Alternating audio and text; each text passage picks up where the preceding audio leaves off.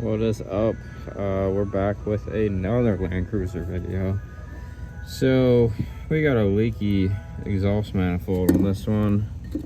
Gives a little bit of taps and rattles on startup and kind of droney on the highway. Apparently it's pretty common for these gaskets to kind of go bad over time. So we're gonna pull this thing off. Unfortunately, it is the passenger side, and trying to zoom in. Please bear with me.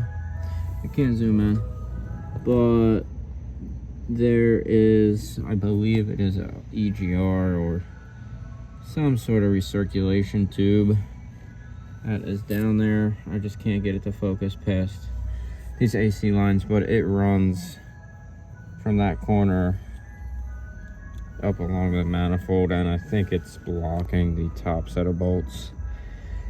But let's get started. I took the wheel off. We got this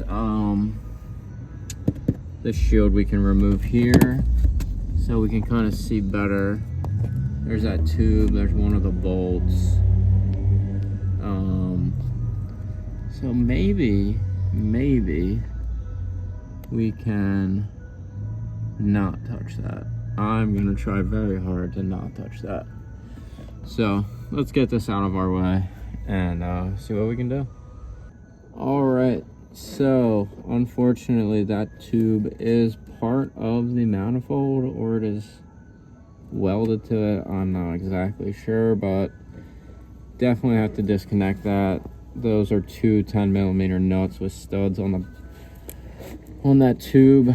They were pretty rusted. And then your manifold studs look like they're 14s to me, and I think the manifold to cat are also 14. Those don't look as in bad of condition as those EGR bolts.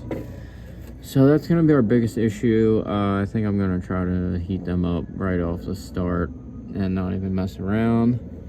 I might see if I can remove this heat shield.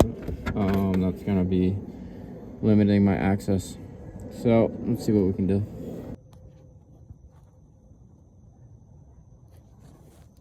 All right, so we were not having much luck with the tube on the manifold side. Big surprise there. But we followed it up the backside of the engine, and there it is. So we're gonna try to disconnect it up here and pull it all together. Let's see how this goes. Well, this thing's turned into a real can of worms. We got that tube disconnected on the upper side. Only issue is we broke one of the bolts. And then we started here with this stud, and well, it is now coming loose. I put my 3/8 impact on it with some extensions, didn't budge.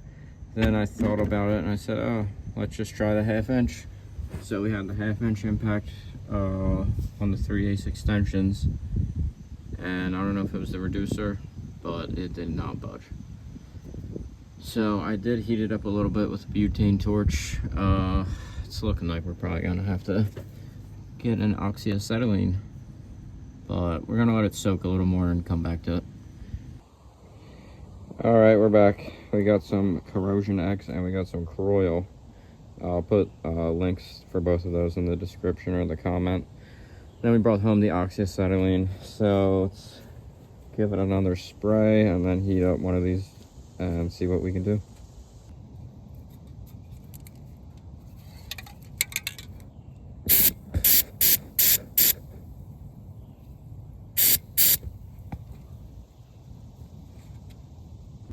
All right, we were able to get one off with the torch. We're gonna go for this one behind it now. Typically you would want to take this heat shield off, but those bolts, I mean, they're destroyed, so I'm not even bothering. I'm just bending the shield down out of the way to access the bolts. So we're gonna go for this top back one now, if it will focus. We're gonna heat it up again, and then we ended up using the 1/2 inch impact. The 3/8 wouldn't do it, and then the 1/2 inch rounded it out the first time, so we had to use an extractor socket, but it actually pulled it off pretty easily. So let's try again. All right, we got all the top ones off / loosened. These front two are just sitting right at the end of the threads. Just too hot to turn them by hand, and it's too annoying to do the ratchet with a limited space. So we're gonna leave them. I'm gonna get the truck jacked up more. We're gonna do the 3 bolts at the end of the manifold that connect to the cat. Get those loosened up first, and then we'll work on this bottom set of bolts. All right, here are your cat to manifold bolts. They're 14mm as well. They look pretty decent. I'm just gonna try to break them with the impact gun to start and see how that does. These bottom set of bolts are gonna be tough. The manifold or the heat shield's kind of in the way again, but let's see what we can do. Yeah, get the 1/2 inch in there. Sorry, I don't know where my magnet mount is, so I know a lot of this you're not getting action filming shots, but it's kind of hard to hold the camera and do the work at the same time. I do apologize.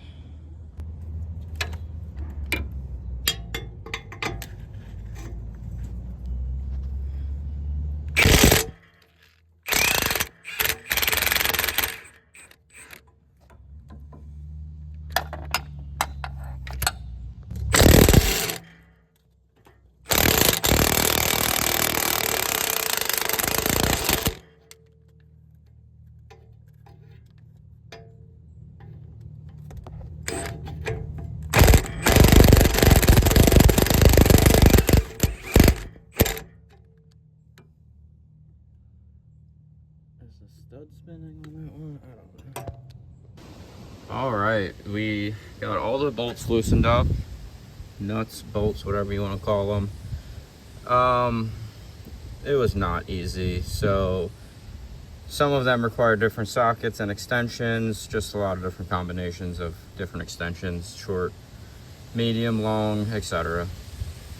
Some of them you can get with the impact gun if you use a ton of extensions and bring it out like down near these control arm. You can come up this way.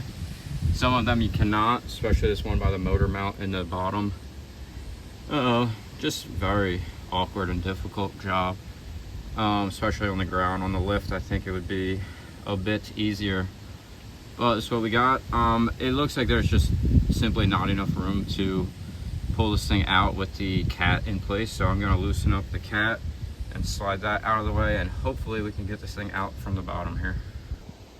We finally got this thing out of here. So once I got the cat loose, I was able to